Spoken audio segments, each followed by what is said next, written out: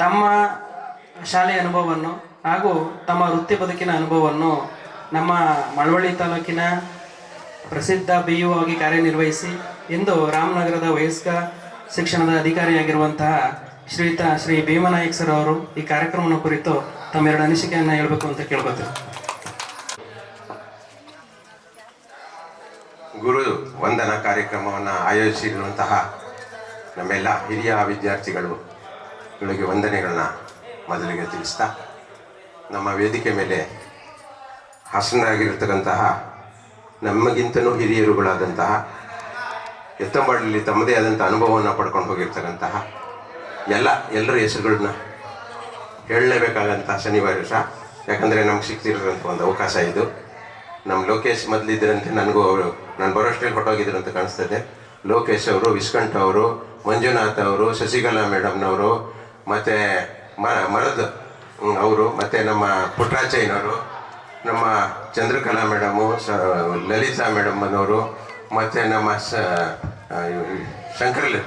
ಶಂಕರಮೂರ್ತಿಯವರು, ನಮ್ಮ ವೆಂಕಟಯ್ಯನವರು, ನಮ್ಮ ಕರಗಮ್ಮನವರು, ನಮ್ಮ ಡಿ ಗ್ರೂಪು, ನಮ್ಮ ತಾಯಿ ಇದ್ದಂಗೆ ನಮ್ಮ ಸೇವೆ ಮಾಡಿದವರು ಅವರು, ಮತ್ತು ನಮ್ಮ SMR ರಮೇಶ್ ಅವರು, ನಮ್ಮ ನಂಜುಂಡಸ್ವಾಮಿ ಅವರು, ಮತ್ತು ನಮ್ಮ RP ಪರಶಿವಮೂರ್ತಿಯವರು, ಇವರೆಲ್ಲರೂ ಕೂಡ ಒಂದಲ್ಲ ಒಂದು ರೀತಿಯಲ್ಲಿ ನಮ್ಮ ಒಡನಾಟದಲ್ಲಿ ನನ್ನ ಜೊತೆಯಲ್ಲಿ ಕಾರ್ಯನಿರ್ವಹಿಸಿದಂಥವರು.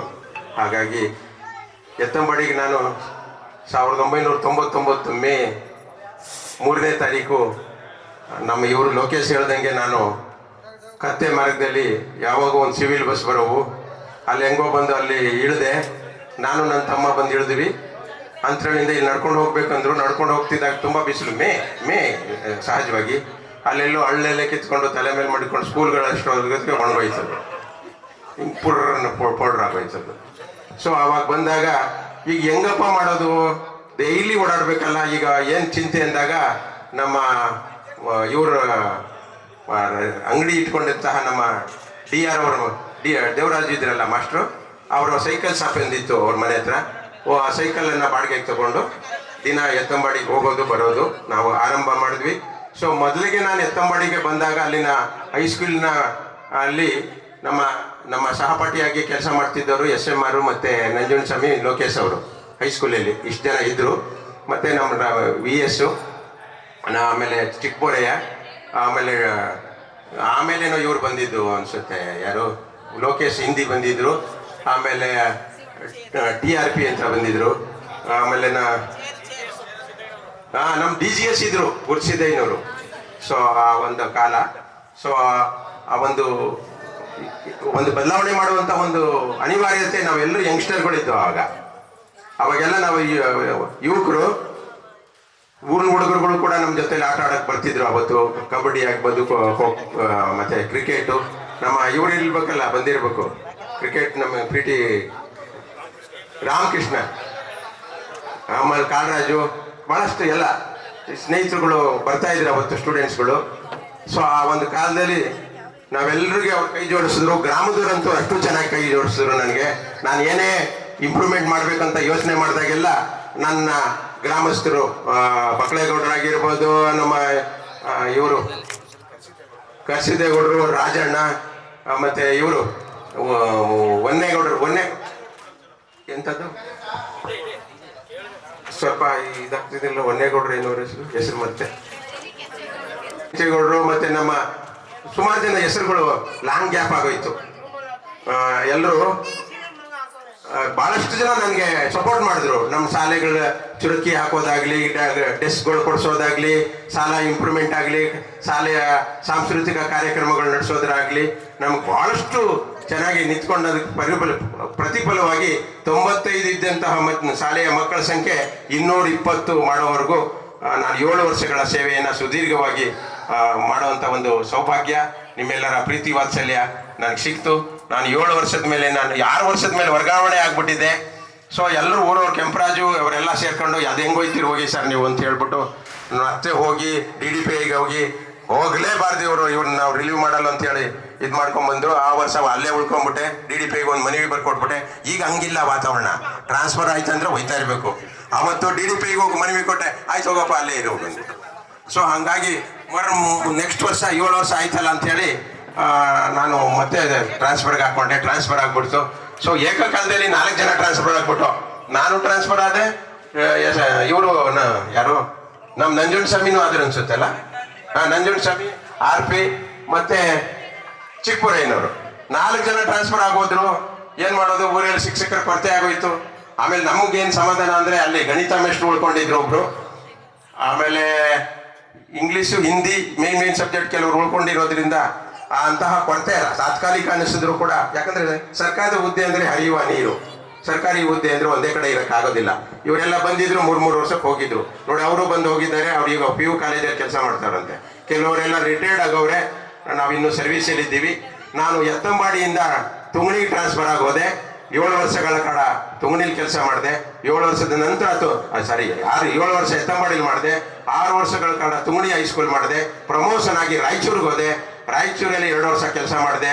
ಟ್ರಾನ್ಸ್ಫರ್ ಆಗಿ ರಾಮನಗರಕ್ಕೆ ಬಂದೆ. 6 ತಿಂಗಳು ಕೆಲಸ ಮಾಡಿದೆ ಡಯಟ್ನಲ್ಲಿ. ಅಲ್ಲಿಂದ ಟ್ರಾನ್ಸ್ಫರ್ ಆಗಿ ಮಳವಳ್ಳಿಯಲ್ಲಿ BO ಆಗಿ ಬಂದೆ. 3 ವರ್ಷಗಳ ಕಾಲ BO ಆಗಿ ಮಳವಳ್ಳಿ ತಾಲೂಕಿನಲ್ಲಿ ಎಲ್ಲರ ಪ್ರೀತಿ ವಾತ್ಸಲ್ಯದೊಂದಿಗೆ ಕೆಲಸ ಮಾಡಿ ನನ್ನ ಒಂದು ಅಭಿಮಾನ, ಇವತ್ತು ಒಂದು ಹೆಸರು ಉಳ್ಕೊಳ್ಳುವಂಥ ಒಂದು ಗೌರವಿತವಾದಂತಹ ಸೇವೆಯನ್ನು ಮಾಡಿ ನಾನು ಅಲ್ಲಿಂದ ವರ್ಗಾವಣೆಯಾಗಿ ರಾಮನಗರ ಡಯಟ್ನಲ್ಲಿ ಹಿರಿಯ ಉಪನ್ಯಾಸಕರಾಗಿ ಹೋದೆ. ಅಲ್ಲಿ ಸುಮಾರು 7-7.5 ವರ್ಷಗಳ ಸೇವೆ ಮಾಡಿದ ನಂತರ ಈ ಕಳೆದ 3-3.5 ತಿಂಗಳ ಹಿಂದೆ ನನಗೆ ಟ್ರಾನ್ಸ್ಫರ್ ಆಗೋಯ್ತು. ಸೊ ನಾನು ಈಗ ಜಿಲ್ಲಾ ವಯಸ್ಕರ ಶಿಕ್ಷಣಾಧಿಕಾರಿ, ಜಿಲ್ಲಾ ಪಂಚಾಯಿತಿ ರಾಮನಗರ ಇಲ್ಲಿ ಕರ್ತವ್ಯ ನಿರ್ವಹಿಸ್ತಾ ಇದ್ದೀನಿ. ಇನ್ನು 4.5 ವರ್ಷ ಸೇವೆ ಬಾಕಿ ಇದೆ. ಹಾಗಾಗಿ ನನ್ನ ಸೇವಾ ಅವಧಿಯಲ್ಲಿ ಎಲ್ಲರ ಪ್ರೀತಿ ವಿಶ್ವಾಸವನ್ನು ಗಳಿಸ್ಕೊಳ್ತಾ, ಎಲ್ಲರ ಜೊತೆಗೆ ಒಡನಾಟವನ್ನು ಇಟ್ಕೊಳ್ತಾ, ನಿಮ್ಮೆಲ್ಲರ ಎತ್ತಂಬಾಡಿ ಈಗ ನನ್ನೂರದು. ನಾನು BO ಆಗಿದ್ದಾಗ ಆ ಸ್ಕೂಲಿಗೆ ಬಂದ್ರೆ ನಾನು BO ಅಂತ ಅನ್ಸ್ಲಿಲ್ಲ, ಅದು ನಾನು ಹೆಡ್ ಮಾಸ್ಟರ್ ಅಲ್ಲಿ ಅಂತ ಅನ್ನೋ ಮನೋಭಾವ, ಆ ಒಂದು ಪ್ರೀತಿ, ವಾತ್ಸಲ್ಯ, ಗೌರವ, ಆಧಾರ ಎಲ್ಲವನ್ನು ನಾನು ಕೊಟ್ಟಂತಹ ಆ ಎತ್ತಂಬಾಡಿಗೆ ನನ್ನ ಒಂದು ದೊಡ್ಡ ಸಲ್ಯೂಟ್ ಅನ್ನ ಹೊಡಿತೀನಿ. ಯಾಕಂದ್ರೆ ಮೊದಲನೇ ಯಾವುದೋ ಫಿಲಮಲ್ಲಿ ಹೇಳ್ತಾರೆ, ಮೊದಲನೇ ಗುರು, ಮೊದಲನೇ ತಾಯಿ, ಮೊದಲನೇ ಪ್ರೀತಿ, ಹೀಗೆ ಒಂದೊಂದು ಫಿಲಮಲ್ಲಿ ಒಂದು ಹಾಡಿದೆ.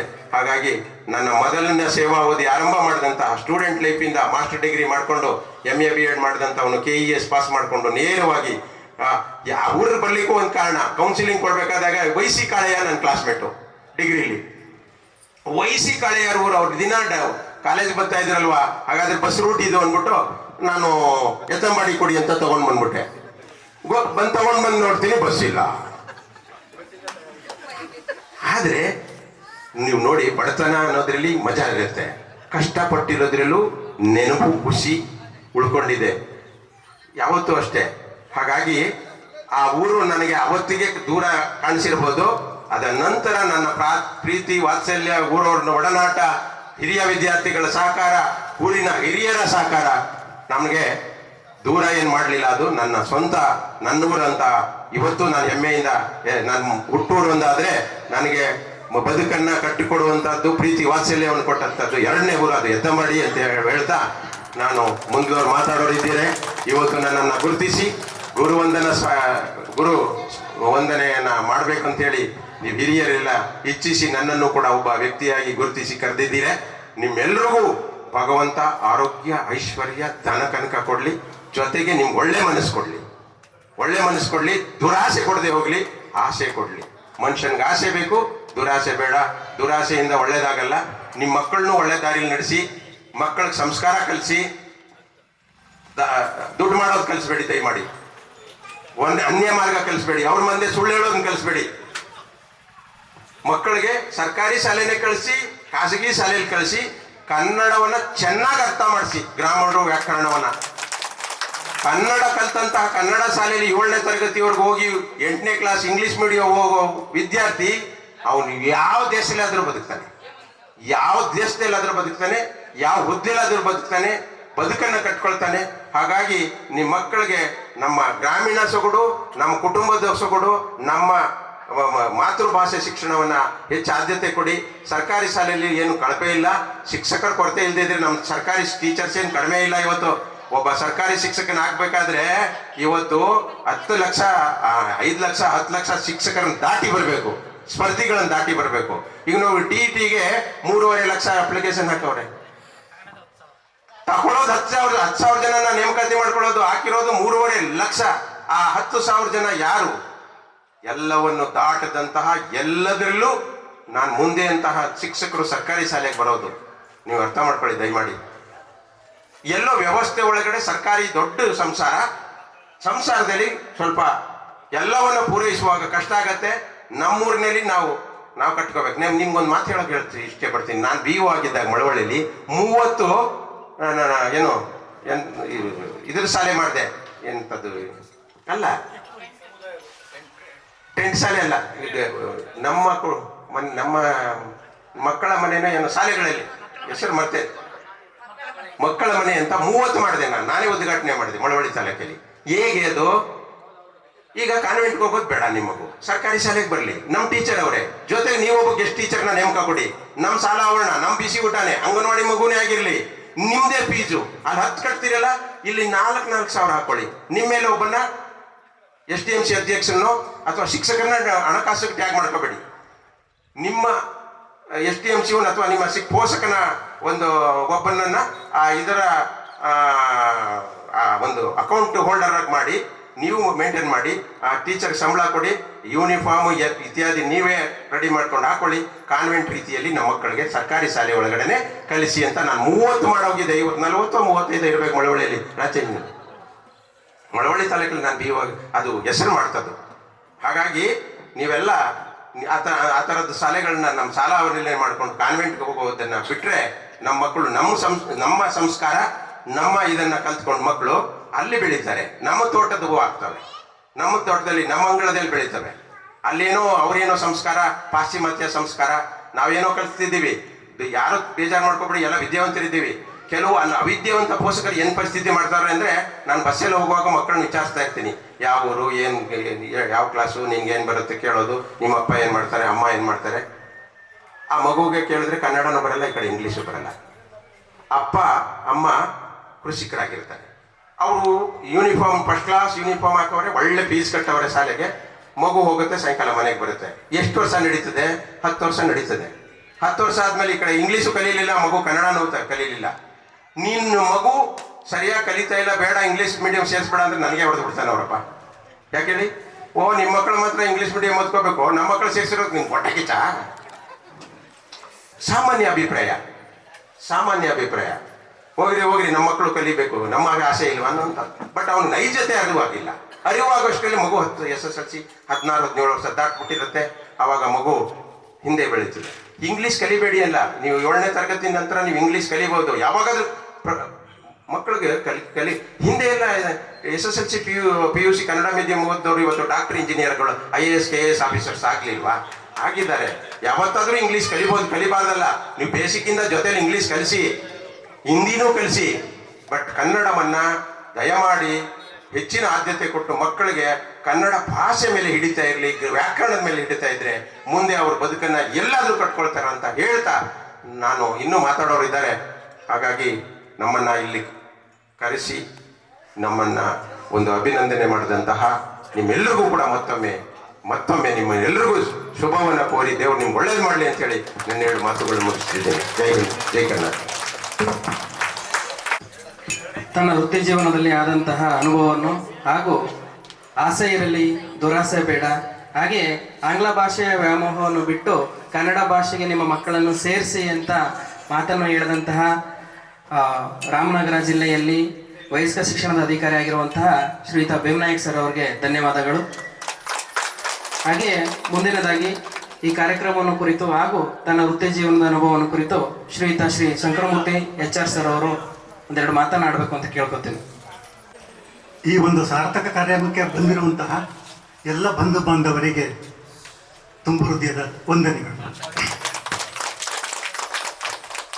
ಕಾಡ್ಗಲ್ಲನ್ನು ತಗೊಂಡು ಬಂದು ಸಾವಿರಾರು ಉಳಿಗಳ ಪೆಟ್ಟನ್ನು ಕೊಟ್ಟು ಅವರನ್ನು ಉತ್ತಮ ಪ್ರಜೆಗಳನ್ನಾಗಿ ಮಾಡಿರುವಂಥ, ಉತ್ತಮ ಮೂರ್ತಿಗಳನ್ನಾಗಿ ಮಾಡಿರುವಂಥ ನನ್ನೆಲ್ಲ ಪರಿಚಿತ ಶಿಕ್ಷಕ ಬಂಧುಗಳಿಗೆ ನನ್ನ ಹೃದಯಪೂರ್ವಕ ಧನ್ಯವಾದಗಳು.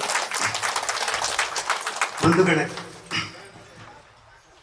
ನಾನು ಕೇವಲ 10 ತಿಂಗಳು ಮಾತ್ರ ಎತ್ತಂಬಾಡಿ ಶಾಲೆಯಲ್ಲಿ ಕೆಲಸ ಮಾಡಿದೆ.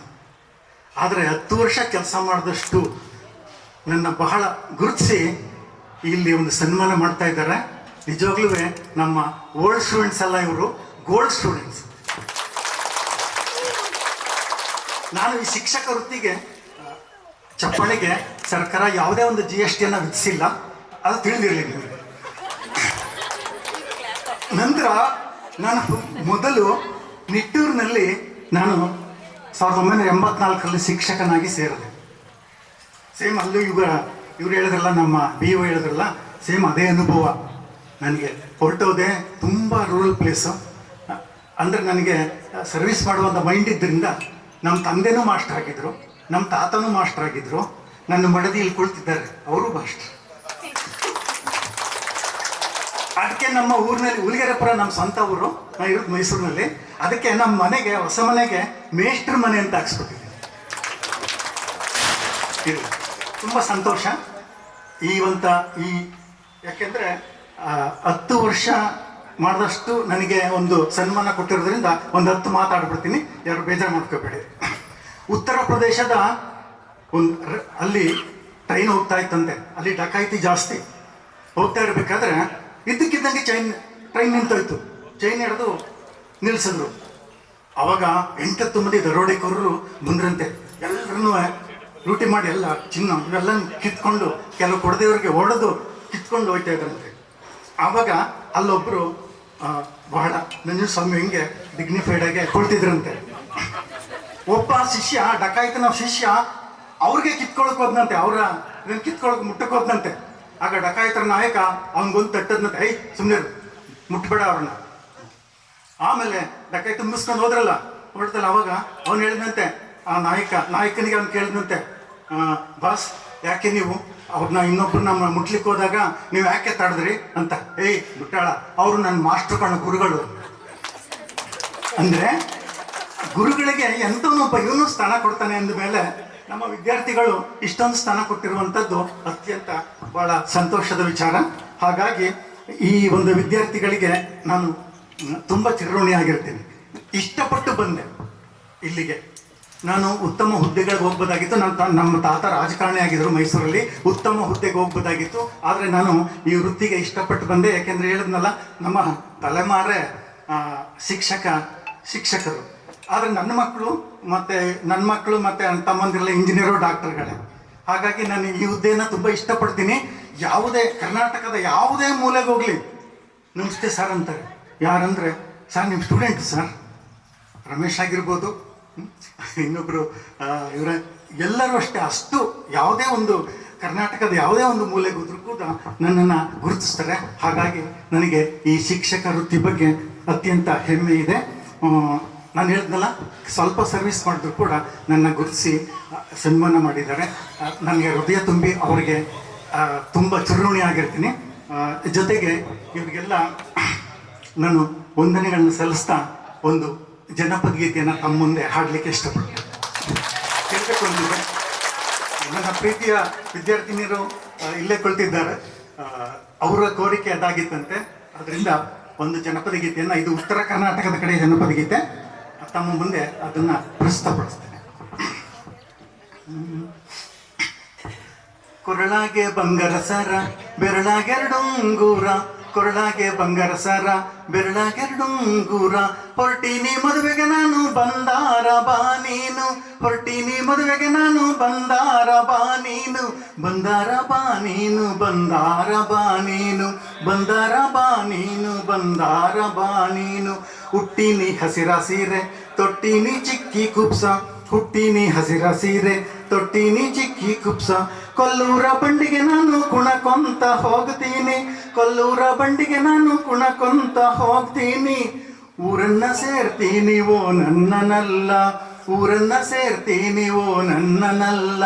ಕೊರಳಾಗೆ ಬಂಗಾರ ಸರ, ಬೆರಳಾಗೆರಡುಂಗೂರ, ಹೊರಟೀನಿ ಮದುವೆಗೆ ನಾನು ಬಂದಾರ ಬಾ ನೀನು, ಬಂದಾರ ಬಾ ನೀನು, ಬಂದಾರ ಬಾ ನೀನು, ಬಂದಾರ ಬಾ ನೀನು, ಬಂದಾರನ ಬಾ ನೀನು. ನಮ್ಮೂರ ಸೀಮೆ ಬಲು ದೊಡ್ಡದೈತೆ, ಭೂದೇವಿ ಹಸಿರು ಚೆಲ್ಲಾಡೈತೆ, ನಮ್ಮೂರ ಸೀಮೆ ಬಲು ದೊಡ್ಡದೈತೆ, ಭೂದೇವಿ ಹಸಿರು ಚೆಲ್ಲಾಡೈತೆ. ಓರ್ಗೆರ ಜೊತೆ ನಾನು ಜೋಕಾಲಿ ಆಡ್ತೀನಿ, ಓರ್ಗೆರ ಜೊತೆ ನಾನು ಜೋಕಾಲಿ ಆಡ್ತೀನಿ, ಊರನ್ನ ಸೇರ್ತೀನಿ ಓ ನನ್ನದಲ್ಲ, ಊರನ್ನ ಸೇರ್ತೀನಿ ಓ ನನ್ನನಲ್ಲ. ಕೊರಳಾಗೆ ಬಂಗಾರ ಸರ ಬೆರಳಾಗೆರಡುಂಗೂರ ಹೊರಟಿನಿ ಮದುವೆಗೆ ನಾನು ಬಂದಾರೆ ಬಾ ನೀನು ಬಂದಾರ ಬಾ ನೀನು ಬಂದಾರ ಬಾ ನೀನು ಬಂದಾರ ಬಾ ನೀನು ಬಂದಾರ ಬಾ ನೀನು ತಂದೆ ತಾಯಿಗೆ ನಾನು ಒಬ್ಬಳೆ ಮಗಳು ತಂದೆ ತಾಯಿಗೆ ನಾನು ಒಬ್ಬಳೆ ಮಗಳು ಪಂಚ ಪಾಂಡವರಂತೆ ನನ್ನ ಅಣ್ಣಂದಿರು ಪಂಚ ಪಾಂಡವರಂತೆ ನನ್ನ ಅಣ್ಣಂದಿರು ಸಿಂಗಾರಿ ಹಾಗೆ ಬೆಳಸಾರೆ ನನ್ನನ್ನು ಬಂಗಾರ ತೊಟ್ಟಲ್ನಾಗೆ ತೂಗಾರೆ ನನ್ನನ್ನು ಸಿಂಗಾರಿ ಹಾಗೆ ಬೆಳಸಾರೆ ನನ್ನನ್ನು ಬಂಗಾರ ತೊಟ್ಟಲ್ನಾಗೆ ತೂಗಾರೆ ನನ್ನನ್ನು ಕೊರಳಾಗೆ ಬಂಗಾರ ಸಾರ ಬೆರಳಾಗೆರಡುಂಗೂರ ಹೊರಟಿನಿ ಮದುವೆಗೆ ನಾನು ಬಂದಾರ ಬಾ ನೀನು ಹೊರಟಿನಿ ಮದುವೆಗೆ ನಾನು ಬಂದಾರ ಬಾ ನೀನು ಬಂದಾರ ಬಾ ನೀನು ಬಂದಾರ ಬಾ ನೀನು ಬಂದಾರ ಬಾ ನೀನು ಬಂದಾರ ಬಾ ನೀನು ಬಂದಾರ ಬಾ ನೀನು ಬಂದಾರ ಬಾ ನೀನು. ಧನ್ಯವಾದಗಳು. ನಾನು ಅಲ್ಲಿ ಕೆಲಸ ಮಾಡಿದಂಥ ಅವಧಿನಲ್ಲಿ ತುಂಬು ಹೃದಯದ ಸಹಕಾರವನ್ನು ಕೊಟ್ಟಂತಹ ರಮೇಶ್ ಸರ್, ನಂಜನಸ್ವಾಮಿ ಅವರು, ಇವರಿಗೆ ಮತ್ತೆ ಲೋಕನಾಥ್ ಆಗಿರ್ಬೋದು, ಅವರು ಕೂಡ ಅತ್ಯಂತ ನಮಗೆ ಬಹಳ ಸಹಕಾರವನ್ನು ಕೊಟ್ಟರು. ಅವಾಗ ನಾನು ನಿಟ್ಟಿಗೆ ಹೋಗ್ತಾ ಇರ್ಬೇಕಾದ್ರೆ ಸೈಕಲ್ನಲ್ಲಿ ಹೋಗ್ತಿದ್ದೆ. ಆ ಸೈಕಲ್ ನೋಡ್ಬಿಟ್ಟು ತಮಾಷೆ ಮಾಡ್ತಿದ್ರು ಗೆಳೆಯರೆಲ್ಲ, ಇದು ಕಳ್ಳನೂ ಕೂಡ ಕದಿಲಾಗೋದಿಲ್ಲ ಸೈಕಲ್ ಅಂತಿದ್ರು. ನಂತರ ಸ್ಕೂಟರ್ ತಗೊಂಡೆ. ಈಗ ಎಷ್ಟು ಇಷ್ಟಪಡ್ತೀನಿ ಅದಕ್ಕೆ, ಇವಾಗ ಕಾರಲ್ಲಿ ಬರ್ತೀನಿ, ಆದರೆ ಖಂಡಿತ ಹೆಲಿಕಾಪ್ಟರ್ ತಗೊಳ್ಳಲ್ಲ. ಧನ್ಯವಾದಗಳು. ವೃತ್ತಿ ಜೀವನದ ಅನುಭವವನ್ನು ಹಂಚಿಕೊಂಡು ಹಾಗೂ ಉತ್ತರ ಕನ್ನಡ ಶೈಲಿಯ ಒಂದು ಜನಪದ ಗೀತೆಯನ್ನು ಹಾಡಿ ನಮ್ಮೆಲ್ಲರನ್ನು ರಂಜಿಸಿದಂತಹ ಶ್ರೀಯುತ ಶಂಕರಮೂರ್ತಿ ಸರ್ ಅವರಿಗೆ ತುಂಬ ಹೃದಯದ ಧನ್ಯವಾದಗಳು.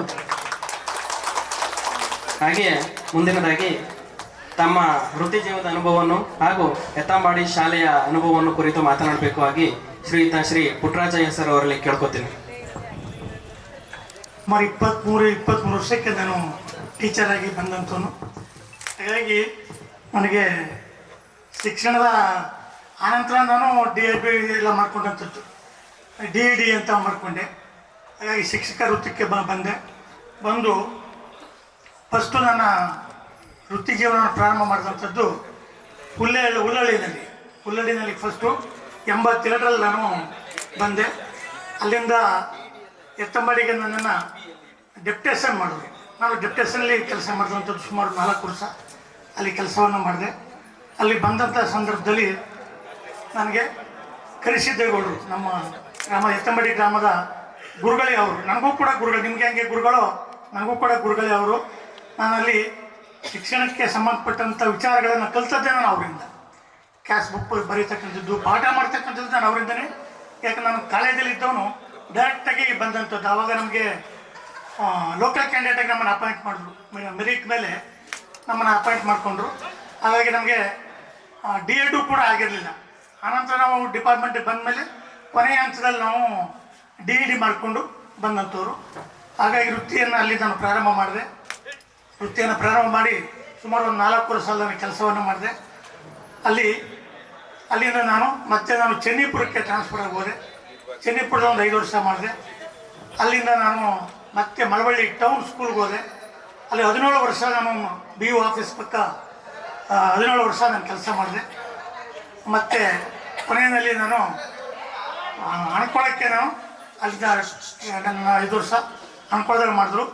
ಆ ಸಂದರ್ಭದಲ್ಲಿ ನನಗೆ ಭೀಮನಾಯಕ್ ಸಾರು ನನಗೆ BO ಆಗಿ ಒಂದು 3 ವರ್ಷ ಅಲ್ಲಿ ನನಗೆ ಅವ್ರ ಜೊತೆ ನನಗೆ ಕೆಲಸ ಮಾಡುವಂಥ ಅವಕಾಶ ಸಿಕ್ತು. ಹಾಗಾಗಿ ನಮ್ಮ ಆವತ್ತಿನ ಕಾಲದಲ್ಲಿ ಶಿಕ್ಷಕ ವೃತ್ತಿ ಏನಂತ ಸುಲಭವಾಗಿರಲಿಲ್ಲ. ತುಂಬ ನಮಗೆ ಇವತ್ತಿನಷ್ಟು ಇದಿರಲಿಲ್ಲ, ಸುಲಭ ಇರಲಿಲ್ಲ. ಅವತ್ತು ನಮಗೆ ತುಂಬ ಕಷ್ಟ ಇತ್ತು. ಹೆಂಗೆ ಅಂತಂದರೆ ನಾವು ಮಕ್ಕಳಿಗೆ ಹೇಳ್ಕೊಡ್ಬೇಕಾದ್ರೆ ಟೀಚರ್ಗಳಿಗೆ ಬಂದು ಯಾರು ಪೋಷಕರು ಬಂದು ಇವತ್ತು ಹೇಳ್ತಾರೆ ಏನಂತ, ನಮ್ಮ ಮಗುಗೆ ಏನೋ ಅನ್ನಬೇಡಿ, ಏನೋ ಬೈಬೇಡಿ ಅಂತ. ಆವತ್ತಿನ ಕಾಲದಲ್ಲಿ ನಮಗೆ ಬಂದು ನಿಂತ್ಕೊಂಡು ಹೊಡೀರಿ ಅಷ್ಟೇ ಅಂತ ಹೇಳ್ತಿರೋಂಥ ಕಾಲ ಅದು. ಬಟ್ ಇವತ್ತಿನ ಸಂದರ್ಭ ಆ ರೀತಿ ಇಲ್ಲ. ಹಾಗಾಗಿ ಸುಮಾರು ಒಂದು 36 ವರ್ಷ ನಾನು ಶಿಕ್ಷಕ ವೃತ್ತಿಯನ್ನು ಮುಗಿಸಿ ಇವತ್ತು ರಿಟೈರ್ಡ್ ಆಗಿ 6 ವರ್ಷ ಆಗಿದೆ. 6 ವರ್ಷ ಆಗಿ ಮೈಸೂರಲ್ಲಿ ನಾನು ಸೆಟ್ಲ್ ಆಗಿದ್ದೀನಿ. ಹಾಗಾಗಿ ಈ ಒಂದು ಸಂದರ್ಭದಲ್ಲಿ ನಮ್ಮ ಎತ್ತಂಬಾಡಿ ಶಾಲೆಯನ್ನು ನಾನು ಯಾವುದೇ ಕಾರಣಕ್ಕೂ ಮರೆಯುವಂಗಿಲ್ಲ. ಯಾಕಂದರೆ ಎತ್ತಂಬಡಿ ಶಾಲೆಗೆ ಬಂದಮೇಲೆ ನಾನು ಗೃಹಸ್ಥನೇ ಆದಂಥ ನನ್ನ ಶ್ರೀಮತಿ ಅಲ್ಲೇ ಟೀಚರ್ ಆಗಿದ್ದರು. ನಾನು ಕೂಡ ಅಲ್ಲೇ ಒಟ್ಟಿಗೆ ಕೆಲಸ ಮಾಡಿಕೊಂಡು ಅಲ್ಲೇ 2 ಮಕ್ಕಳನ್ನು ಪಡೆದ್ವಿ. ಈಗ ಅವರು ಅವರ ಬದುಕನ್ನು ಕಟ್ಕೊಂಡಿದ್ದಾರೆ. ಈಗ ನಾವು ಮೈಸೂರಿನಲ್ಲಿ ವಾಸ ಇದ್ದೀವಿ. ಹಾಗಾಗಿ ನಮ್ಮನ್ನು ಇದು ನಮಗಿಲ್ಲಿ ಎತ್ತಂಬಡಿ ಶಾಲೆಯಲ್ಲಿ ಒಂದು 4 ವರ್ಷ ಕೆಲಸ ಮಾಡಿದ್ರು ನನಗೆ 3ನೇ ಸನ್ಮಾನ ಇದು ಈ ಕಾರ್ಯಕ್ರಮಕ್ಕೆ. ಮೊದಲನೇ ಒಂದು ಬ್ಯಾಚ್ ಫೆಬ್ರವರಿನಲ್ಲಿ ಮಾಡಿದ್ರು. ಕಳೆದ 3 ತಿಂಗಳಿಂದ ಸರ್ ಮಾಡಿದ್ರು. ಈಗ ತಾವು ಇಲ್ಲಿ ಕರೆದಿದ್ದೀರಿ. ನಿಮ್ಗೆಲ್ಲರೂ ಹೊಂದಿಸಿ ನನ್ನ ನಮಸ್ಕಾರಗಳು, ಎಲ್ರಿಗೂ ಕೂಡ ನಾನು ನಮಸ್ಕಾರಗಳನ್ನು ತಿಳಿಸ್ತೀನಿ. ನಮಸ್ಕಾರ. ತನ್ನ ಅನುಭವವನ್ನು ಹಂಚಿಕೊಂಡಂತಹ ಶ್ರೀಯುತ ಪುಟ್ಟರಾಜಯ್ಯ ಸರ್ ಅವರಿಗೆ ಧನ್ಯವಾದಗಳು. ಹಾಗೆಯೇ ಕಾರ್ಯಕ್ರಮ ಕೇವಲ ಭಾಷಣದಲ್ಲೇ ಸಾಗ್ತಾ ಇದೆ. ಹಾಗಾಗಿ ನಾನು ತಿಳಿದಂಥ ಒಂದು ಪುಟ್ಟ ಕಥೆಯನ್ನು ಹೇಳೋಕ್ಕೆ ಇಷ್ಟಪಡ್ತೀನಿ. ಅಂದರೆ ಶಿಕ್ಷಕ ವೃತ್ತಿ ಎಷ್ಟೊಂದು ಪವಿತ್ರವಾದ ವೃತ್ತಿ, ಅದಕ್ಕೆ ಆದಂಥ ಒಂದು ಘನತೆ, ಅದಕ್ಕೆ ಆದಂಥ ಒಂದು ಗೌರವ ಅನ್ನೋದು ಎಲ್ಲ ಕಾಲದಲ್ಲೂ ಕೂಡ ಸಲ್ತಾ ಹೋಗ್ತದೆ. ಒಮ್ಮೆ ಹೀಗೆ ಒಬ್ಬ ನಿವೃತ್ತಿಯಾದಂಥ ಶಿಕ್ಷಕರು ರಸ್ತೆಯ ಮಧ್ಯದಲ್ಲಿ ಹೋಗ್ತಾ ಇರ್ತಾರೆ. ಹೋಗುವಂಥ ಸಂದರ್ಭದಲ್ಲಿ ಟ್ರಾಫಿಕ್ ಜಾಮ್ ಸಂಬಂಧಪಟ್ಟ ಹಾಗೆ ರೆಡ್ ಸಿಗ್ನಲ್ ಬರುತ್ತೆ. ಪಾಪ ಅವ್ರು ಗೊತ್ತಿಲ್ಲದೆ ಏನು ಮಾಡ್ತಾರೆ, ತನ್ನ ಹಳೆ ಬಜಾಜ್ ಸ್ಕೂಟ್ರನ್ನ ಏನು ಮಾಡ್ತಾರೆ, ದಾಟ್ಬಿಡ್ತಾರೆ.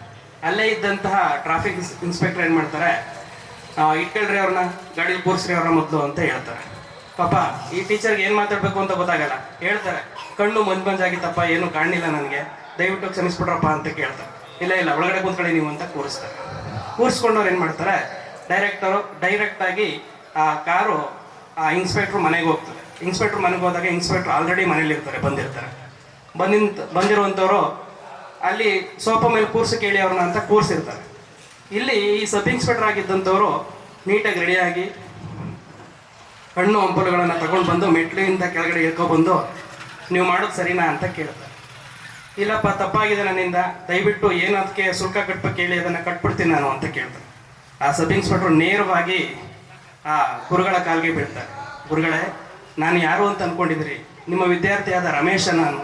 ನೀವೊಂದು ಮಾತನ್ನು ಹೇಳಿದ್ರಿ ನಮಗೆ, ಯಾರನ್ನೇ ಆಗಿರ್ಬೋದು ನೀನೊಂದು ಕರ್ತವ್ಯ ಮಾಡ್ತಿದ್ದೀಯ ಅಂದಾಗ ಎಲ್ಲರನ್ನು ಸಮಾನವಾಗಿ ಕಾಣಬೇಕಪ್ಪ ಅಂತ. ಹಾಗಾಗಿ ನೀವು ಹೇಳ್ಕೊಟ್ಟ ಮಾರ್ಗದಲ್ಲೇ ಬಂದಿದ್ದೀನಿ. ನಾನು ಕೂಡ ಸಮಾನವಾಗಿ ಕಾಣ್ಬೋದು, ಆದರೆ ನಮ್ಮ ಭಾಷೆ ಅನ್ನೋದು ಸರಿ ಇರಲ್ಲ. ಆ ಸಂದರ್ಭದಲ್ಲಿ ನಿನಗೆ ಗೊತ್ತಾಗಲ್ವಪ್ಪ ಅಂತ ಏನು ಬೇಕಾದರೂ ಅನ್ಬೋದಾಗಿತ್ತು. ಆದರೆ ಇಲ್ಲಿ ಸಮವಲ್ಲದಂಥ ವ್ಯಕ್ತಿ ಯಾರಪ್ಪ ಅಂದರೆ ಗುರುಗಳನ್ನು ಯಾರಿಗೂ ಕೂಡ ನಾನು ಹೋಲ್ಸೋಕ್ಕೆ ಸಾಧ್ಯ ಇಲ್ಲ. ಇಂಜಿನಿಯರ್, ದೊಡ್ಡ ಇಂಜಿನಿಯರ್ ಹೇಳ್ಬೋದು, ಡಾಕ್ಟರ್ ಹೇಳ್ಬೋದು, ಆದರೆ ಆ ಇಂಜಿನಿಯರ್ ಡಾಕ್ಟರ್ ಆಗೋಕ್ಕೆ ಮೂಲ ಕಾರಣ ಯಾರಪ್ಪ ಅಂದರೆ ಅದು ನೀವು. ಸಮವಲ್ಲದ ವ್ಯಕ್ತಿ ಯಾರಪ್ಪ ಅಂದರೆ ಈ ಜಗತ್ತಲ್ಲಿ ಆ ದೇವರನ್ನು ಬಿಟ್ಟರೆ ನಂತರದ ಸ್ಥಾನದಲ್ಲಿ ನಿಲ್ಲುವಂಥವ್ರು ನೀವು ಅಂತ ವಿನಯಪೂರ್ವಕವಾಗಿ ಕೇಳ್ಕೊತಾನೆ ವಿದ್ಯಾರ್ಥಿ. ಅಂದರೆ ಆ ಶಿಕ್ಷಕನ ಮಹತ್ವ ಅನ್ನುವಂಥದ್ದು, ಆತನಿಗೆ ಗೌರವ ಎಲ್ಲೇ ಯಾವುದೇ ಸಂದರ್ಭದಲ್ಲೂ ಕೂಡ ಆ ಗೌರವ ಏನು ಸಿಗಬೇಕು ಅದು ಸಲ್ತದೆ ಅನ್ನೋದಂಥದ್ದನ್ನು ಈ ಕಥೆಯ ಮೂಲಕ ನಾವು ತಿಳ್ಕೊಬೋದು. ಹಾಗೆಯೇ ಈ ಕಾರ್ಯಕ್ರಮದಲ್ಲಿ ಮುಂದಿನದಾಗಿ ಈ ಕಾರ್ಯಕ್ರಮವನ್ನು ಕುರಿತು ವಿಜ್ಞಾನ ಶಿಕ್ಷಕರಾಗಿ ಹಾಗೂ ಮುಖ್ಯೋಪಾಧ್ಯಾಯರಾಗಿ ನಿವೃತ್ತರಾದಂತಹ ಶ್ರೀಯುತ ಶ್ರೀ ನಂಜನಸ್ವಾಮಿ ಸರ್ ಅವರು ತಮ್ಮ 2 ಅನುಭವಗಳ ಮಾತುಗಳನ್ನು ಹೇಳ್ಕೋಬೇಕು ಅಂತ ಕೇಳ್ಕೊತೇನೆ. ಮಾಡಿ ಯಾಕೆ ಬಾಯಿ ಗೊತ್ತಾ ಇಲ್ವೇ? ಓಕೆ, ಎಲ್ಲ ಹಳೆ ವಿದ್ಯಾರ್ಥಿನಿಯರಿಗೂ ಮತ್ತೊಮ್ಮೆ ನಮಸ್ಕಾರ. ಇಲ್ಲಿ ವೇದಿಕೆಯಲ್ಲಿ ಇರತಕ್ಕಂಥ ಎಲ್ಲ ಸರ್ಕಾರಿ ಹಿರಿಯ ಪ್ರಾಥಮಿಕ ಶಾಲೆಯಲ್ಲಿ ಕರ್ತವ್ಯ ನಿರ್ವಹಿಸಿದಂಥ ನನ್ನೆಲ್ಲ ಆತ್ಮೀಯ ಶಿಕ್ಷಕಿಯರಿಗೂ ಮತ್ತು ನನ್ನ ಜೊತೆ ಸರ್ಕಾರಿ ಪ್ರೌಢಶಾಲೆಯಲ್ಲಿ ಕರ್ತವ್ಯ ನಿರ್ವಹಿಸಿದಂಥ ಎಲ್ಲ ಸ್ನೇಹಿತರಿಗೂ, ಮುಖ್ಯೋಪಾಧ್ಯಾಯರಾಗಿ BO ಆಗಿರ್ತಕ್ಕಂಥ ಆತ್ಮೀಯರಾದಂಥ ಭೀಮನಾಯಕ್ ಸರ್ ಅವರು ಮತ್ತೊಮ್ಮೆ ನಮಸ್ಕರಿಸ್ತಾ ನನ್ನ 2 ಅನುಭವದ ಮಾತುಗಳನ್ನ ನಿಮ್ಮ ಮುಂದೆ ಹಂಚ್ಕೊಳ್ಳೋಕ್ಕೆ ಇಷ್ಟಪಡ್ತೀನಿ. ಸ್ನೇಹಿತರೆ, ನೀವೆಲ್ಲ ವಿದ್ಯಾರ್ಥಿ ಸ್ನೇಹಿತರು ನನಗೀಗ. ನಾವೇ ಸ್ಟೂಡೆಂಟ್ಸು, ಈಗೆಲ್ಲ ನೀವೆಲ್ಲ ಬೆಳೆದಿದ್ದೀರಾ, ಸಂಸಾರ ಕಟ್ಕೊಂಡಿದ್ದೀರಾ, ಕಟ್ಕೊಂಡಿದ್ದೀರಾ, ಉತ್ತಮವಾದ ಬದುಕನ್ನ. ಹಾಗಾಗಿ ನೀವೆಲ್ಲ ವಿದ್ಯಾರ್ಥಿ ಸ್ನೇಹಿತರು ಅಂತ ನಾನು ಭಾವಿಸ್ತೇನೆ. ನನಗೆ ಸ್ನೇಹ ಅನ್ನೋ ಪದ ಭಾಳ ಇಷ್ಟ. ಯಾಕೆ ನನ್ನ ವೃತ್ತಿ ಜೀವನದಲ್ಲಿ ಯಾರೂ ಕೂಡ ನನಗೆ ಕಾಂಟ್ರವರ್ಸಿ ಆದಂಥ ಇಲ್ಲ. 5 ಸ್ಕೂಲಲ್ಲಿ ಕೆಲಸ ಮಾಡಿದ್ದೀನಿ. 5 ಸ್ಕೂಲಲ್ಲೂ ಕೂಡ ಎಲ್ಲ ಆತ್ಮೀಯರೇ, ಒಬ್ಬರ ಜೊತೆ ಕೂಡ ಒಬ್ಬರು ನನಗೆ ಶತ್ರು ಇಲ್ಲ.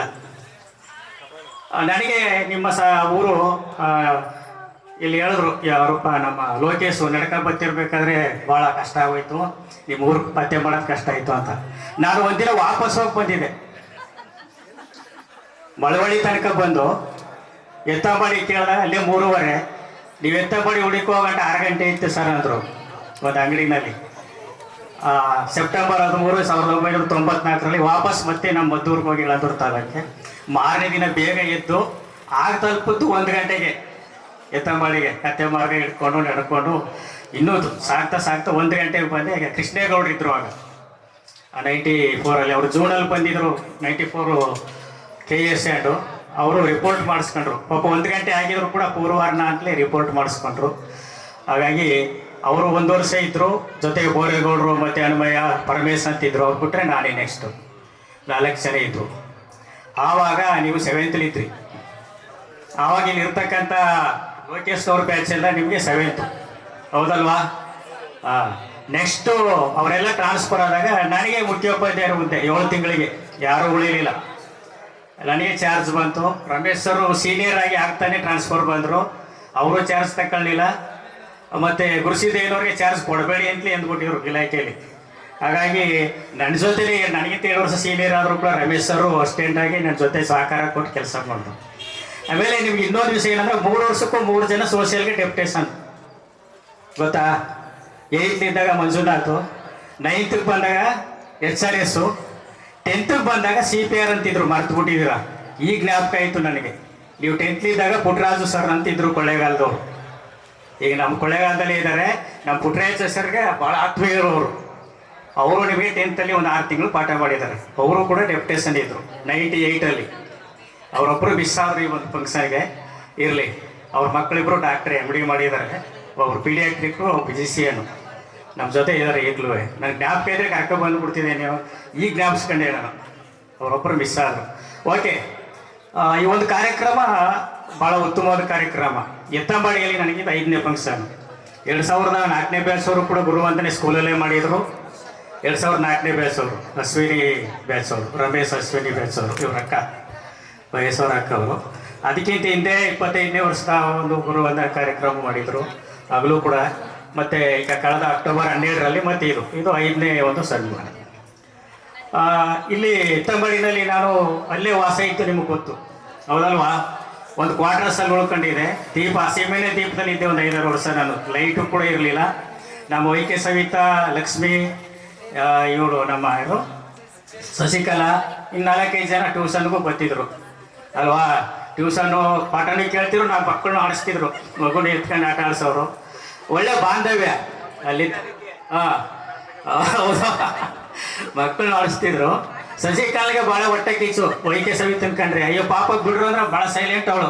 ಅಯ್ಯೋ ಅವ್ರು ಮಾತ್ರ ಅಯ್ಯೋ ಪಾಪ ಅಂತೀರಿ ಅಂತ ರೇಗಿಸೋಳು ಇವರು. ಹಾಗೆ ತುಂಬ ಚೆನ್ನಾಗಿತ್ತು. ಒಟ್ಟಾರೆ ನಿಮ್ಮ ಬ್ಯಾಚ್ಗಳು ಭಾಳ ಅದ್ಭುತವಾದ ಬ್ಯಾಚು. ಆಮೇಲೆ ಮೊದಲನೇ ಬ್ಯಾಚಲ್ಲಿ 3 ಜನ ಪಾಸ್ ಆಗಿದ್ದವರು. 2ನೇ ಬ್ಯಾಚಲ್ಲಿ ಒಂದು 5 ಜನ ಪಾಸ್ ಆದರು. ಆಮೇಲೆ ನಿಮ್ಮ ಬ್ಯಾಚು ಸ್ವಲ್ಪ ಫಸ್ಟ್ ಕ್ಲಾಸಾಗಿ ಬಂತು. ನೀವು ಹೊಸ ಟೀಚರ್ಸ್ ಎಲ್ಲ 7th ಬಂದಮೇಲೆ ನಿಮ್ಮ ಬ್ಯಾಚ್ನ ಇಂಪ್ರೂವ್ಮೆಂಟ್ ಕಂಡು ಒಳ್ಳೆ ಸವಿತ್ ಹ್ಯಾಂಡ್ ರೈಟಿಂಗ್ ತುಂಬ ಚೆನ್ನಾಗಿತ್ತು. ಒಂದು 10 ವರ್ಷ ಇಟ್ಕೊಂಡಿದ್ದೆ ಅವ್ಳು ನೋಟ್ಸು. ನಾನು ಯಾಕೆ ನಾನು ನೋಟ್ಸ್ ಕೊಡ್ತೀನಿಲ್ಲ ಸೈನ್ಸಲ್ಲಿ, ಬರೀ ಪಾಠ ಮಾಡುವೆ, ಹೋಮ್ವರ್ಕ್ ಕೊಡುವೆ. ನನ್ನ ಸರ್ವಿಸ್ ಪೂರ್ತಿ ನೋಟ್ಸೇ ಕೊಡಲಿಲ್ಲ. ಅವಳು ನೋಟ್ಸ್ ಇಟ್ಕೊಂಡು ಬೇರೆ ಮಕ್ಕಳಿಗೆ ನೋಡ್ಕೊಂಡು ಬರೀರಿ ಅಂತ ಕೊಡ್ತಿದ್ದೆ. ನಾನು ಹೊರಗಡೆ ಹೋಗಿ ಹೌದು, ಒಳ್ಳೆ ಚೆನ್ನಾಗಿ ಬರೀತಿದ್ಲು. ಅಯ್ಯೋ ಹುಡುಗರು ತಿಮ್ಮೇಗೌಡ ನೋಡಿ MSc ಮಾಡ್ದ. ತುಂಬ ಜನ ಕೂಡ ಒಳ್ಳೆ ಹುದ್ದೆಗೆ ಹೋಗಿದ್ದೀರಾ. ಎಷ್ಟು ಜನ ಸರ್ಕಾರಿ ಕೆಲಸದಲ್ಲಿ ಇದ್ರೆ ಕೈ ಎತ್ತಿ. ತಿಮ್ಮೇಗೌಡ ಪ್ರಿಯಾ ಇರಲಿ, ಓಕೆ ನೋಡಿ. ಆದರೂ ಕೂಡ ನೀವೆಲ್ಲ ಕೂಡ ಒಳ್ಳೆಯ ಹೃದಯವನ್ನು ಹೊಂದಿರತಕ್ಕಂಥ ವ್ಯಕ್ತಿತ್ವವನ್ನು ಹೊಂದಿರತಕ್ಕಂಥವ್ರು ಅಂತ ನನಗೆ ಅನಿಸುತ್ತೆ. ಯಾಕೆಂದರೆ ತುಂಬ ದೊಡ್ಡ ಕೆಲಸದಾಗಿರೋರು ಅಷ್ಟೊಂದು ಜ್ಞಾಪಿಸ್ಕೊಳ್ಳಲ್ಲ ಶಿಕ್ಷಕರನ್ನ. ಯಾಕಂದ್ರೆ ಅವ್ರದೇ ಆದ ಒಂದು ಟೈಮ್ ಇರಲ್ಲ, ಜೊತೆಗೆ ಕೆಲಸದ ಒತ್ತಡ ಇರುತ್ತೆ. ಹಾಗಾಗಿ ನೆನೆಸ್ಕೊತಾರೆ. ಇಂಥ ಕಾರ್ಯಕ್ರಮ ರೂಪಿಸಲ್ಲ ನೋಡಿ. ಕಳೆದ 12ರಲ್ಲಿ ಮಾಡಿದ್ರಲ್ಲ ಅಭ್ಯಾಸನವ್ರು ಎಷ್ಟು ಜನ ಸೇರಿದ್ರು ಅಂದರೆ ನೀವೆಲ್ಲ ಕೂಡ ಹೃದಯವಂತರು. ನಿಮ್ಮ ತಂದೆ ತಾಯಿಗಳು ಹೃದಯವಂತರೇ. ಯಾಕಂದ್ರೆ ನಿಮ್ಮಂತ ಪಡೆದಿದ್ದಾರಲ್ಲ, ಗುರುಗಳನ್ನ ನೆನೆಸ್ಕೊಳ್ಬೇಕು ಅಂತ. ಯಾಕಂದ್ರೆ ಈ ಕಾಲದಲ್ಲಿ ಎಷ್ಟೊಂದು ಗುರುಗಳ ಬಗ್ಗೆ ಗೌರವ ಇಲ್ಲ ಅಂದರೆ ಆಗಿದೆ. ಗುರುಗಳಿಗೂ ಒತ್ತಡ ಇದೆ, ಮಕ್ಕಳಿಗೂ ಹೊಡಿಬಾರ್ದು ಬಡಿಬಾರ್ದು ಅನ್ನೋ ಮಾಸ್ಟರ್ಗೆ ಅಷ್ಟು ಕೇರ್ ಮಾಡಲ್ಲ ಅವರು. ಹಾಗಾಗಿ ನೀವೆಲ್ಲರೂ ಕೂಡ ನಾವೇನೇ ಬೈದ್ರು ಸ್ನೇಹ ಸಮ್ಮಿಲನ ನಮಗೆಲ್ಲ ಕೂಡ ಅಪೂರ್ವ ಸಂಗಮ. ಯಾಕೆಂದ್ರೆ ನಾವೆಲ್ಲ ಎಲ್ಲೆಲ್ಲೋ ಇದ್ದೀವಿ, ಯಾರ್ಯಾರು ಎಲ್ಲೆಲ್ಲೋ ಇರ್ತೀವೋ, ಅಪೂರ್ವ ಸಂಗಮ. ಹಾಗಾಗಿ ಒಂದು ವೇದಿಕೆ ನಮಗೆ ಅಮೃತ ಗಳಿಗೆ ಇದ್ದಾಗೆ. ಎಷ್ಟು ವರ್ಷ ಇದ್ದು? 12 ವರ್ಷ ಇದ್ದೆ ನಾನು. ಇಲ್ಲಿರೋರೆಲ್ಲರಿಗೂ ನಾನೇ ಜಾಸ್ತಿ. 12 ವರ್ಷ. ಆಮೇಲೆ ನನಗೆ ಇಲ್ಲಿ ಸಿಕ್ಕಿದಂಥ ತೃಪ್ತಿ, ಎಲ್ಲಿ ತೃಪ್ತಿ ಸಿಕ್ತು, ಜಾಬ್ ಸ್ಯಾಟಿಸ್ಫ್ಯಾಕ್ಷನ್ ಅಂತ ಹೇಳೋಕ್ಕಿಂತ ತೃಪ್ತಿಗಿಂತ ಮೇಲೂ ಭಾಳ ಸಂತೃಪ್ತನಾಗಿದೆ. ಯಾಕೆಂದರೆ ನನಗೆ ಹೋಗಕ್ಕೆ ಬರೋಕ್ಕೆ ಕಷ್ಟ ಇತ್ತು ಹೊರತು ನನ್ನ ಮಕ್ಕಳು ಎತ್ಕೊಂಡು ಆಸ್ಪತ್ರೆಗೆ ಹೋಗ್ಬೇಕು ಅಂದ್ರೆ ಕಷ್ಟಪಟ್ಟಿದ್ದ ಹೊರತು ನಿಮ್ಮೊಟ್ಟಿಗಿದ್ದಾಗ ಅಲ್ಲಿ ವಿದ್ಯಾರ್ಥಿಗಳ ಜೊತೆ ಇದ್ದಾಗ ತುಂಬ ಸಂತೋಷವಾಗಿರ್ತಿದ್ವು. ಡಾಕ್ಟ್ರು ಬಂದ್ಬಿಡ್ತಿದ್ರು ನಮ್ಮ ಜೊತೆ ಸೇರಿಕೊಳ್ಳೋರು ಚೆನ್ನಾಗಿತ್ತು. ಒಟ್ಟಲ್ಲಿ ಒಂದು ಕಮ್ಯುನಿಕೇಶನ್ ಚೆನ್ನಾಗಿತ್ತು, ಹುಡುಗರಿಗೆ ಸಂಬಂಧಗಳು ತುಂಬ ಚೆನ್ನಾಗಿತ್ತು. ಆಮೇಲೆ ಕೆಲವು ಹುಡುಗರು ಪಾಠ ಕೇಳ್ತಿರಲಿಲ್ಲ, ಕಿಟಕಿ ಕಡೆ ನೋಡೋರು ಏನು ಕೇಳೋದು ಫಲ ಕೊಡುತ್ತೆ. ನಾವು ಯಾವುದನ್ನು ಬಿತ್ತೀವಿ ಅದನ್ನೇ ತಾನೇ ಹೊಂದಬೇಕು. ಹಾಗಾಗಿ ನಾವು ಕೆಟ್ಟದ್ದನ್ನೇನಾದರೂ ನಮ್ಮ ಹೃದಯದಲ್ಲಿ ಇಟ್ಕೊಂಡ್ರೆ ನಾವು ಮುಂದೆ ಮಾಡಿದ್ದು ನಮ್ಮ ಮಾರಾಯ ಅಂತ ಅದನ್ನೇ ಅನುಭವಿಸ್ತೇವೆ. ಹಾಗಾಗಿ ನೀವೆಲ್ಲ ಸಹೃದಯವಂತರು. ನಿಮ್ಮ ಪೇರೆಂಟ್ಸ್ ಆಗಲಿ, ಅಲ್ಲಿ ಗ್ರಾಮಸ್ಥರಾಗಲಿ, ಅಲ್ಲಿ ಇರ್ತಕ್ಕಂಥ ಮುಖ್ಯಸ್ಥರುಗಳು ಭಾಳ ಚೆನ್ನಾಗಿ ನನಗೆ ಆತ್ಮೀಯ ರಾಜಣ್ಣ ಆಗಿರ್ಬೋದು, ಬೊಕ್ಕಳೇಗೌಡರು ಆಗಿರ್ಬೋದು, ಚೇರ್ಮನ್ ಪುಟ್ಟಸ್ವಾಮಿಗೌಡರು ತುಂಬ ಸಹಕಾರ ಮಾಡ್ತಿರು ನಮಗೆ. ಹಾಗಾಗಿ ಅಲ್ಲಿರ್ತಕ್ಕಂಥ ಕರಿಸಿದ್ದೇಗೌಡರು ಒಳ್ಳೆ ಲೀಡರ್ಸ್ ಎಲ್ಲರೂ ಕೂಡ ತುಂಬ ಸಪೋರ್ಟಿವ್ ಆಗಿ ನಮ್ಗೆ ಕೆಲಸ ಮಾಡ್ತೀವಿ. 2000 ಇಸ್ವಿಲಿ ಒಂದು ಸ್ಪೋರ್ಟ್ಸ್ ಮಾಡಿದ್ರು ನಮ್ಮ ಭೀಮನಾಯಕರ ಅಧ್ಯಕ್ಷತೆಯಲ್ಲಿ. ಆ ಸ್ಪೋರ್ಟ್ಸ್ನಲ್ಲಿ 3000 ಜನಕ್ಕೆ 3 ದಿನ ಊಟ ಹಾಕಿದ್ರು. ಯಾವ ಊರಿನಲ್ಲಿ ಹಾಕ್ತಾರೆ? ಯಾರು ನೋಡಕ್ಕೆ ಬಂದವ್ರಿಗೂ ಟಿಕೆಟ್ ಕೊಟ್ಬಿಟ್ಟು ಆಟ ಆಡೋರಿಗೆ ಅಂತಾರೆ. ನೋಡಕ್ಕೆ ಬಂದವ್ರು ಊಟ ಹಾಕಿದ್ರಿ, ಬಾಳೆ ಎಲೆ ಊಟ ಎಲ್ಲ ಮಾಡಿದವ್ರು ಯಾರು? ಊರವರೇ ನಿಂತ್ಕೊಂಡು ಮಾಡ್ತಿರೋ ವೈಕೆ ಸವಿತವ್ರು ತಾತ ಕೆಂಪಸಿದ್ದೇಗೌಡರು ಕೊಪ್ಪರಿಕೆಲ್ಲ ಅನ್ನ ಬೇಯಿಸ್ತಿರು ನೋಡಿ ಅವ್ರ ಏಜಲ್ಲಿ. ಅದೆಲ್ಲ ನನಗೆ ಇನ್ನೂ ಒಂಥರ ಇವತ್ತು ನೋಡ್ದಾಗೈತೆ ನಮಗೆ. ಅಂಥ ಒಂದು ಸಿಹಿ ಅನುಭವವನ್ನು ನಿಮ್ಮ ಗ್ರಾಮದಲ್ಲಿ ನಾನು ಪಡ್ಕೊಂಡಿದ್ದೀನಿ. ಇದು ಬಿಟ್ಟು ಬೇರೆ ಸ್ಕೂಲ್ಗಳಲ್ಲಿ ಹೋಗಿದ್ದೀನಿ, ನಾನು ತೃಪ್ತಿ ಕೆಲಸ ಮಾಡಿದ್ದೀನಿ. ಆದರೆ ಅಲ್ಲಿಂದ ಬರ್ತಕ್ಕಂಥ ಪ್ರತಿಫಲ ಅಷ್ಟಿಲ್ಲ, ನಿರೀಕ್ಷಿತ ಮಟ್ಟದಲ್ಲಿ ಇಲ್ಲ ವಿದ್ಯಾರ್ಥಿಗಳಿಂದ. ಬಟ್ ನಿಮ್ಮಲ್ಲಿ ನನಗೆ ಇನ್ನೂ ಕೂಡ ಇಂತಿಂಥ ಬ್ಯಾಚ್ನಲ್ಲಿ ಇಂಥವ್ರು ಇದ್ರು ಅಂತ ನನ್ನ ಕಣ್ಣು ಮುಂದೆ ಕಟ್ಟೋದಾಗಿದೆ. ಅವ್ರ ತಂದೆ ತಾಯಿಗಳ ಹೆಸರು ಕೂಡ ನನಗೆ ಸುಮಾರು ಜನತೆ ಹೆಸರುಗಳು ಗೊತ್ತಿದೆ. ಕೆಲವರು ಜಗಳನೂ ಮಾಡಿದರು, ಯಾಕೆಂದ್ರೆ ಸ್ಕೂಲ್ ಫೀಲ್ಡಲ್ಲಿ ಬಂದು ಮರಗಿರ ಕಟ್ ಮಾಡ್ಬೇಕಾದ್ರೆ ಜಗಳಾಡೋರು ಅಲ್ವೇ. ಆಮೇಲೆ ಲಾಸ್ಟ್ಲಿ ಅವರೇ ನಮಗೆ ಸ್ನೇಹಿತರಾಗ್ಬಿಟ್ರು. ಯಾಕೆಂದ್ರೆ ಆಗ ನಾವು ಪರಿಸರದ ಬಗ್ಗೆ ಅವ್ರಿಗೆ ಬೈದು ಹೇಳ್ತೀನಿ, ಹಿಂಗೆಲ್ಲ ಬಂದು ಕಟ್ ಮಾಡ್ತಿರಲ್ಲಪ್ಪ ನೆರಳು ಮಕ್ಕಳು ಕೂತ್ಕೊ ಓದೋದಕ್ಕೆ ಅಂತ. ಕೊನೆಗೆ ಅವರೇ ಸ್ನೇಹಿತರಾಗ್ಬಿಟ್ರು ನನಗೆ, ಯಾರ್ಯಾರು ಇದು ಮಾಡ್ತಿರೋ. ಹಾಗೆ ನಾವು ಎಲ್ಲೇ ಉಳ್ಕೊಂಡ್ರು ನಮ್ಮ ಪರಶುಮೂರ್ತಿಯವರು ನಾವು ಹಾಸ್ಟೆಲಲ್ಲಿ ವಿದ್ಯಾರ್ಥಿಗಳು ಉಳ್ಕೊಳಕ್ಕೆ ಮಾಡಿದ್ವಿ. ಅಲ್ಲಿವರೆಗೂ ಹಾಸ್ಟೆಲಲ್ಲಿ ವಿದ್ಯಾರ್ಥಿಗಳೇ ಇರ್ತಿರ್ಲಿಲ್ಲ. ಎದುರಿಸ್ಬಿಟ್ಟಿದ್ರು ಅಲ್ಲಿ ವಾರ್ಡನ್ನು ಅಡುಗೆ ಮಾಡೋರು. 4 ಗಂಟೆಗೆ ಪೊಟ್ನ ಕಟ್ಟಿಗೆ ಓಡ್ಬಿಡೋರು ಒಳ್ಳೆಯದಾಡ್ಕೊಂಡು. ಯಾಕೆ ಅಂತಂದರೆ ಒಂದು ಹುಣಸೆ ಮರ ಕೀಚೋದ್ರ ಮೇಲೆ ಆ ಕೀಚಿದ್ರೆ ಸಪ್ತಾದ್ರೆ ಮಕ್ಕಳು ಇದ್ರಕ್ಕೆ ಗಾಳಿ ಯಾರ್ಯಾವ್ದೋ ಜಗಲಿ ಹೋಗಿ ಮಲಿಕೊಳ್ಳೋರು, ಬೆಳಿಗ್ಗೆ ಎದ್ದು ಬರೋ ಮಕ್ಕಳು. ಆಮೇಲೆ ಪರಶುಮೂರ್ತಿಯವರು 98 ಬಂದಮೇಲೆ ಅವರು ನಾವು ಅಲ್ಲೇ ಉಳ್ಕೊಂಡ್ಮೇಲೆ ಪಾಠ ಮಾಡ್ಕೊಂಡು ಅವ್ರಿಗೆ ಮಕ್ಕಳನ್ನ ಉಳಿಸೋದು. ಆಮೇಲೆ ಹಾಸ್ಟೆಲ್ ಅನಿಸ್ಕೊಳ್ತು. ಆಮೇಲೆ ಹಂತ ಹಂತವಾಗಿ ರಿಸಲ್ಟ್ ಇಂಪ್ರೂವ್ ಆಯ್ತು ಬಂತು. ಎತ್ತ ಮಾಡಿ ಅಂತಕ್ಕಂಥದ್ದು ಒಂದು ರೆಕಗ್ನಿಷನ್ ಸಿಕ್ತು ಒಳ್ಳೆಯ ಒಂದು. ಈ ಸಂದರ್ಭದಲ್ಲಿ ಎಷ್ಟು ಆಯ್ತು ಅಂದರೆ ಮಳವಳ್ಳಿ ತಾಲೂಕಿನಲ್ಲಿ ರಿಮೋಟ್ ಏರಿಯಾ ಅದು ಸಿಲೋನಿದ್ದಾಗೆ ಅಂತಂದ್ರು ಕೂಡ ಆಮೇಲೆ ಪನಿಷ್ಮೆಂಟ್ ಟ್ರಾನ್ಸ್ಫರಲ್ಲಿ ಬಂದಿದ್ದವರೆಲ್ಲ ಯಾರೂ ಇಚ್ಛೆ ಪಟ್ಟು ಬರ್ತಿರ್ಲಿಲ್ಲ. ನಮಗೆ ಮೊದಲನೇ ಅಪಾಯಿಂಟ್ಮೆಂಟಲ್ಲಿ ಆಯಿತು. ಅದಕ್ಕೆ ಮೊದಲೇ ಪ್ರೈವೇಟಲ್ಲಿ 2 ವರ್ಷ ಇದ್ದೆ. ಸರ್ಕಾರಿ ಕೆಲಸ ಸಿಕ್ಕಿತ್ತು ನನಗೆ ಎತ್ತಂಬಾಡಿನಲ್ಲಿ 12 ವರ್ಷ ಇದ್ದೆ. ಆಮೇಲೆ ನಮ್ಮದೇ ಜಿಲ್ಲೆಗೆ ಹೋದೆ, ಮನೆಗಳಲ್ಲಿ 6 ವರ್ಷ ಇದ್ದೆ ಅನೂರು ತಾಲೂಕಲ್ಲಿ. ಆಮೇಲಿಂದ ಪ್ರಮೋಷನ್ ಆಗಿ ಬಿದುರಸಳಿಗೆ ಬಂದೆ HM ಆಗಿ. ಬಿದುರಸಳಿ ಟಫ್ ಏರಿಯಾ, ತುಂಬ ಹೊರಟು ಜನ ಅಲ್ಲಿ ಮದ್ದೂರು ಸುತ್ತಮುತ್ತಲವರು ಆತ ದೊಡ್ಡಿ. ಆದರೂ ಕೂಡ ಕೊನೆಗೆ ಅಲ್ಲೂ ಕೂಡ ಒಳ್ಳೆ ಸಪೋರ್ಟ್ ಸಿಕ್ತು. 4 ವರ್ಷ ಇದ್ದೆ. ನಿಮಗೆ ಅಲ್ಲೂ ಕೂಡ ಗುರುವಂದನೆ ಕಾರ್ಯಕ್ರಮ 4 ಸರಿ ಆಗಿದೆ ನಾನು ಅಲ್ಲೂ ಕೂಡ ನಿಮಗೆ. ಹಾಗಾಗಿ ಮಂಡ್ಯದ ಮಣ್ಣೆ ಸರಿ ಅಂತ ಅನಿಸುತ್ತೆ ನನಗೆ. ಮಂಡ್ಯದ ಮಣ್ಣಿಗೆ ನನ್ನ ಸಲಾಮ್.